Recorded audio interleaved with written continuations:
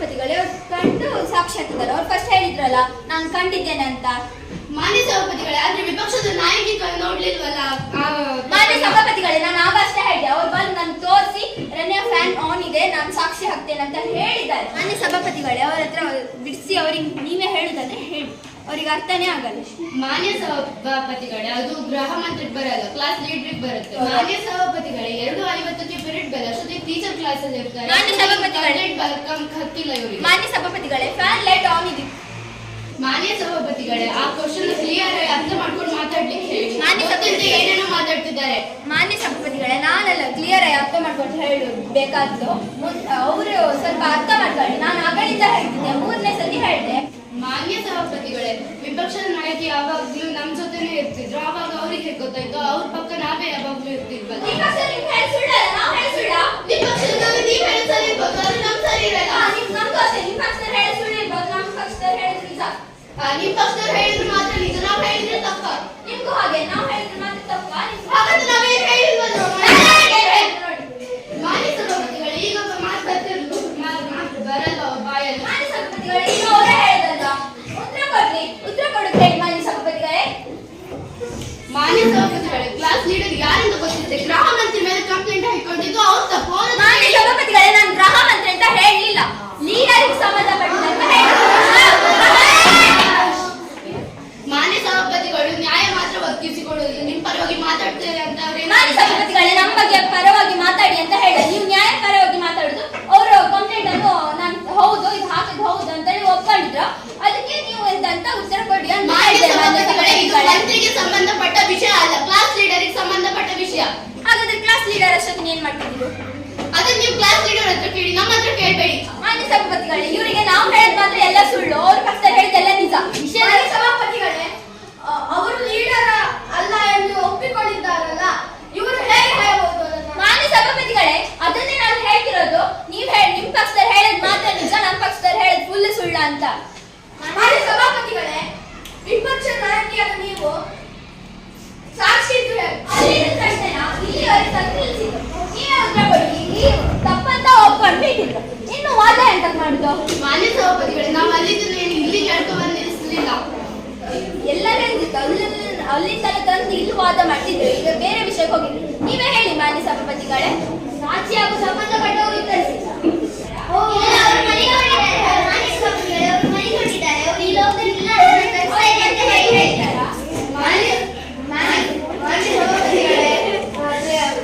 ವಿಪಕ್ಷ ಉಪನಾಯಕರು ಆಗಲು ನಿದ್ರೆ ಮಾಡುತ್ತಿದ್ದಾರೆ. ಮಾನ್ಯ ಸಭಾಪತಿಗಳೇ, ಇನ್ನು ಉಳಿದ ಸದಸ್ಯರು ಉಣ್ಣಾಕಿರೋದಾ? ಮಾನ್ಯ ಸಭಾಪತಿಗಳೇ, ನಮ್ಮ ಕ್ಲಾಸಿನ ವಿಪಕ್ಷದ ಯಾರು ಮಾತಾಡಿದ್ದು ನಾನು ಕೇಳಲಿಲ್ಲ, ಸಾಗಿ ಬಿಟ್ರೆ. ಮಾನ್ಯ ಸಭಾಪತಿಗಳೇ, ನಾವು ನಿಜ ಹೇಳಿದ ಸುಳ್ಳು, ಅವರು ಸುಳ್ಳು ಹೇಳಿದ ನಿಜನ? ಮಾನ್ಯ ಸಭಾಪತಿಗಳೇ, ಆಗ ನೀವೇ ಇದನ್ನು ಸ್ಟಾರ್ಟ್ ಮಾಡಿದ್ದೀರಲ್ಲ, ಪಕ್ಷ ಹೇಳಿದ ಮಾತ್ರ ನಿಜ, ನೀವು ಹೇಳಿದ ಸುಳ್ಳು ಅಂತ. ಮಾನ್ಯ ಸಭಾಪತಿಗಳೇ, ಬೇರೆ ಹತ್ರ ಕೇಳಿ ಬರುವುದಿತ್ತಲ್ಲ. ಮಾನ್ಯ ಸಭಾಪತಿಗಳೇ, ವಿಪಕ್ಷದ ಉಪನಾಯಕರು ಇದ್ದಿದ್ರು ಆಟ ಆಡುವಾಗ. ಮಾನ್ಯ ಸಭಾಪತಿಗೆ ನಾನು ಇರಲಿಲ್ಲ. ವಿಪಕ್ಷ ಉಪನಾಯಕ ಇಲ್ಲ ಅಂತ ಹೇಳಿ ಸಾಕಿದ್ದಾರೆ. ಮಾನ್ಯ ಸಭಾಪತಿಗಳೇ, ಅವರು ಫಸ್ಟ್ ಹೇಳಿದ್ರಲ್ಲ, ಪಕ್ಷದ ಸದಸ್ಯರಾದ ಅನುಭವವನ್ನು ಹಾಕೊಂಡಿದ್ದಾರೆ. ಮಾನ್ಯ ಸಭಾಪತಿಗಳೇ, ಕಂಪ್ಲೇಂಟ್ ಬಗ್ಗೆ ಮಾತಾಡಲಿಕ್ಕೆ. ಮಾನ್ಯ ಸಭಾಪತಿಗಳೇ, ತೋಟಗಾರಿಕೆ ಮಂತ್ರಿ ಮತ್ತೆ ಗೃಹ ಮಂತ್ರಿ ಆಡಿದ್ದಾರೆ ಅಂತ ಹೇಳ್ತಿದ್ದೀರಿ, ಆದ್ರೆ ವಿಪಕ್ಷ ಉಪನಾಯಕ ಆಡಿಲ್ಲ ಅಂತ ಮಾನ್ಯ ಸಭಾಪತಿಗಳೇ, ಫಸ್ಟಿಗೆ ಇವರು ಪ್ರಶ್ನೆ ಸುಳ್ಳು ಹೇಳಿದ್ದಾರೆ. ಹಾಗಾದ್ರೆ ಇವರು ಹೇಳಿದ್ದೆಲ್ಲ ಸುಳ್ಳಾಗಿರ್ಬೋದಲ್ಲ?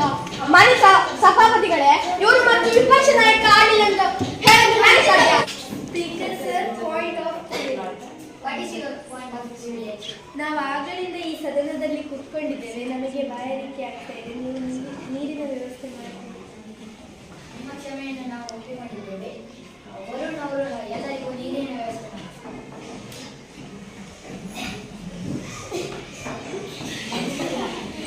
ಮಾನ್ಯ ಸಭಾಪತಿಗಳೇ, ನಾವು ಒಂದ್ಸಲಿ ನೋಡಿದಾಗ ಒಂದ್ಸಲಿ ವಾರ್ನಿಂಗ್ ಕೊಟ್ಟಿದೆ ಮನೆಯಲ್ಲಿ ಚೆಕ್ ಮಾಡಿ ಬರ್ಬೇಕಂತ.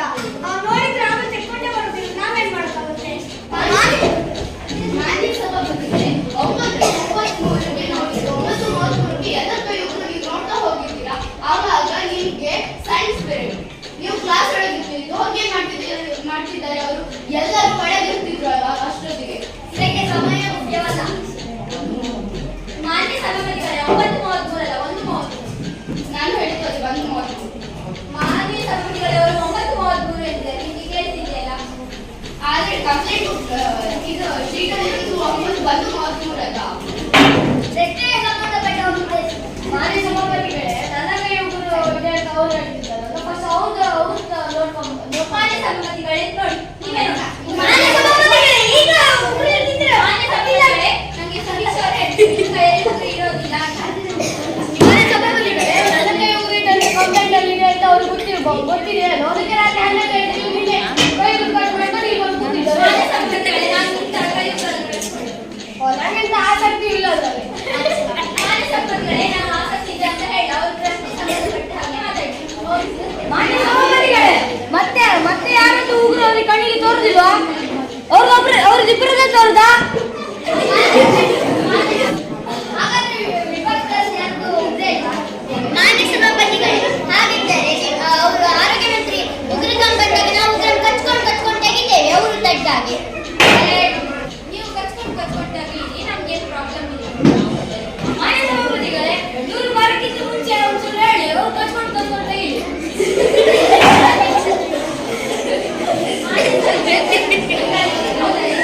ಮಾನ್ಯ ಸಭಾಪತಿಗಳು ಪ್ರತಿ ಕ್ವಶನ್ನಿಗೂ ವಿಪಕ್ಷದ ನಾಯಕಿ ಮಾತ್ರ ಮಾತಾಡ್ತಿದ್ದಾರೆ. ನೀವು ಹೇಳಿದ್ದಾಗೆ ಉಳಿದವರೆಲ್ಲ ಬೇಸ್ ಬಿಸಿ ಮಾಡ್ಲಿಕ್ಕೆ. ಮಾನ್ಯ ಸಭಾಪತಿಗಳೇ ಇಲ್ಲಿ ಕೆಲವರೆಲ್ಲ ಮಾತಾಡಿದ್ದಾರೆ. ಇವರು ಉಳಿದರೆಲ್ಲ ಇದ್ರಲ್ಲ ಅವರೆಲ್ಲ ಮಾಡಿದ್ದಾರೆ. ಅದೇ ಕ್ವಶನ್ ರಿಪೀಟ್ ಆಗ್ತದೆ. ಮಾನ್ಯ ಸಭಾಪತಿಗಳೇ ಯಾರು ಮಾತಾಡಿದ್ದಾರೆ ಅಂದ್ರೆ ಯಾರು?